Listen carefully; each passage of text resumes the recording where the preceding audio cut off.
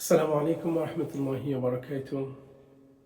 আল্লাহ পাকের দরবারে লাখ কোটি শুকর, কৃতজ্ঞতা যে তিনি অত্যন্ত দয়া এবং রহম করে আমাকে, আপনাকে, আমাদের প্রত্যেককে রহমত, বরকত আর মাগফিরাতের এই মহামূল্যবান মাস মাহে রমাদানে পৌঁছের তৌফিক দান করেছেন। আমরা আমাদের অন্তর বিগলিত করে উচ্চারণ করছি আলহামদুলিল্লাহ। এটা এমন একটি মাস, আল্লাহ সুবহানাহু ওয়া তাআলা যে মাসে তার রহমতের সবকটি দরজা খুলে দেন বান্দার জন্য, জাহান্নামের দরজাকে অর্গল দিয়ে দেন, তিনি শয়তানকে বন্ধ করে রাখেন। এটা এমন একটি মাস যে মাসে আল্লাহ সুবহানাহু ওয়া তাআলা কোরআনকে নাজিল করেছেন, বিশ্ববাসীর জন্য হেদায়েতের আকুল হিসেবে কোরআনকে নাজিল করেছেন। এবং এ মাসে তিনি আমাদের প্রতি রমাদানের রোজা রাখাকে ফরজ করেছেন। আল্লাহ পাক সূরা বাকারার 130 নম্বর আয়াতে বলতেছেন, ইয়া আইয়ুহাল্লাযীনা আমানু কুতিবা আলাইকুমুস সিয়ামু কামা কুতিবা আলাল্লাযীনা মিন ক্বাবলিকুম লাআল্লাকুম তাত্তাকুন।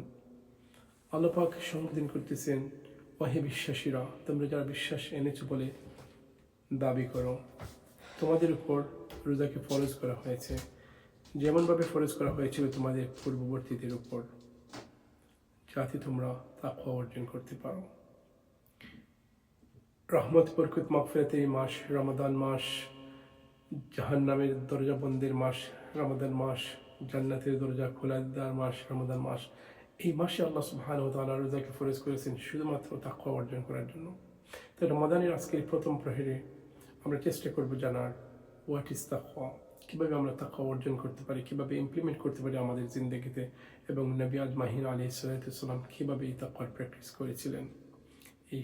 এই শিক্ষা নিয়ে আমরা আমাদের বাকি রমাদানের দিনগুলো এবং আমাদের জিন্দেগির সমস্ত বাকি জীবনগুলো কাটাবো ইনশাআল্লাহ।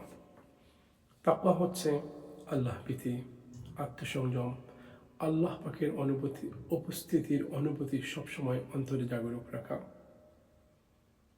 শুধুমাত্র এই ভয় আপনার মনে থাকে না। তাকওয়া মানে হচ্ছে আপনি যখন পাবলিকলি আসেন, অন্য লোকচক্ষুর ভয়ে আপনি যখন কোনো কাজ করবেন না, ঠিক ততরূপভাবে যখন আপনি এক হাত বদ্ধ করে থাকবেন, কেউ আপনাকে দেখতেছে না, আপনি ছাড়া কেউ নেই, যে কোনো কিছু আপনি করতে পারবেন।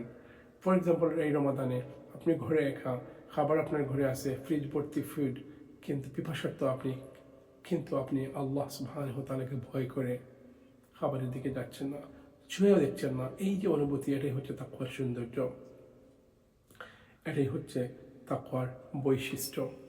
রাসূল সাল্লাল্লাহু আলাইহি ওয়াসাল্লাম বলেছেন, যে ব্যক্তি মিথ্যা কথা এবং খারাপ কাজ ত্যাগ করে না, তার পানাহারে আল্লাহর কোনো প্রয়োজন নেই। অর্থাৎ কেউ যদি শুধুমাত্র রোজা রেখে খাবার এবং পানীয় থেকে বিরত থাকে, কিন্তু তার জবানকে সে কন্ট্রোল করতে পারলো না, তার চক্ষুকে, তার চিন্তাকে, তার অ্যাক্টিভিটিসকে সে কন্ট্রোল করতে পারলো না, খারাপ কাজ করেই গেল, এই মানুষের রোজা কিংবা তার পানাহারের আল্লাহ পাকের কোনো দরকার নেই। অর্থাৎ আমরা যখন আল্লাহকে ভয় করে শুধু খাবার থেকে বিরত নিজেকে রাখবো না, আমরা আমাদের অন্তরকে সবসময় পরিচ্ছন্ন রাখবো, আমাদের কথাগুলোকে, মুখের কথাকে সবচেয়ে সুন্দর রাখবো, খারাপ কথা মুখ দিয়ে বের করবো না। নট অনলি ইন রমাদান, সবসময় আমরা এই তাকওয়ার প্র্যাকটিসটা করতে হবে। আমাদের জিহ্বা দিয়ে এমন খারাপ হারাম কোনো কিছু চাটবো না, দেখবো না। আমাদের কান দিয়ে অশ্লীল কোনো কিছু শ্রুতিমধুর অশ্লীল কোনো কিছু শুনবো না। সব অবস্থায় অন্তরে খোদাভীতি, আল্লাহ ভীতি থাকার নামই হচ্ছে তাকওয়া। আমরা যদি নবীদের জিন্দেগির দিকে তাকাই, জীবনের দিকে তাকাই, প্রত্যেক নবীদের জীবনের আসল শক্তি ছিল তাকওয়ার বৈশিষ্ট্য। উদাহরণ হিসেবে আমরা নবী ইউসুফ আলাইহিস সালামের জীবনে দেখতে পাই, সব অবস্থায় তিনি তাকওয়ার এক অনন্য দৃষ্টান্ত ছিলেন। তিনি যখন বড় হয়ে উঠছিলেন, চতুর্দিকে তার খারাপের দিকে অশ্লীলতার হাতছানি ছিল, অশ্লীলতার জয় জয়কার ছিল। তিনি যদি চাইতেন সেই পাপিষ্ঠতার দিকে ধাবিত হতে পারতেন। সবচেয়ে বড় একটি এক্সাম্পল হচ্ছে যখন তিনি একজন তগবগের যুবক, একটা ভয়ঙ্কর পরীক্ষা তার সামনে হাজির হয়েছিল। একটি বদ্ধঘর, দরজা বন্ধ, তাকে পরিবেশ বাধ্য করেছিল খারাপের দিকে চলে যেতে। সেই কঠিন অবস্থায়ও নবী ইউসুফ আলাইহিস সালাম বলেছিলেন, মাআযাল্লাহ, আমি আমার আল্লাহকে ভয় করি। সে অবস্থায় তিনি সেই পাপ কার্যে জড়িত হতে পারতেন, কেউ দেখত না, কিন্তু তিনি বিশ্বাস করেছিলেন, তার অন্তরে জাগরিক ছিল, কেউ না দেখুক, দরজা বন্ধ কি হয়েছে, কিন্তু আল্লাহ সুবহানাহু ওয়া তাআলা চোখ তো বন্ধ নয়। আল্লাহ সুবহানাহু ওয়া তাআলা তো আমাকে সব অবস্থায় দেখেন। তো রমাদান রোজা আমাদেরকে ইউসুফ আলাইহিসসালামের মতো সেই শিক্ষা দেয়, আমাদের অন্তরে তাকওয়ার সেই স্ট্রংনেস, শক্তি আনার জন্য। আর রমাদান আমাদেরকে সেই ট্রেনিং, আত্মশুদ্ধির সেই ট্রেনিং দেয় ইউসুফ আলাইহিসসালামের মতো। আমরা সারা বৎসর নানান কাজে, নানান ভুলের মাঝে জড়িয়ে যাই। রমাদান এসে আমাদেরকে আবার সেই রিসেট বাটনে চাপ করে। সারাদিন উপাস থেকে, রোজা রেখে, এসার পরে আবার লম্বা তারাবির নামাজে নিজেকে নিয়োজিত রাখা, কোরআন তিলাওয়াত করা, সেহরি খাওয়া, ইফতার, সব কিছু যেন আমাদের আত্মাকে পরিশুদ্ধ করার একটি প্রক্রিয়া। রাসূল সাল্লাল্লাহু আলাইহি সাল্লাম আরও বলেছেন, যে ব্যক্তি ঈমান এবং সওয়াবের আশায় রমজানের রোজা রাখে তার পূর্বের গুনাহ মাফ করে দেওয়া হয়। কি অসাধারণ সুসংবাদ! আমরা আমাদের বাস্তব জীবনে তাকওয়ার এই চর্চা কীভাবে করব? সব অবস্থায়, শুধুমাত্র রমাদানে না, রমাদানের বাহিরেও বাকি 11টি মাস আমরা রমাদানের তাকওয়া প্র্যাকটিস করব। যখন কেউ আমাকে দেখবে না তখন আমি আল্লাহকে ভয় করব, যখন কেউ দেখবে তখন শুধু মানুষকে না, আমি আল্লাহকেই ভয় করব।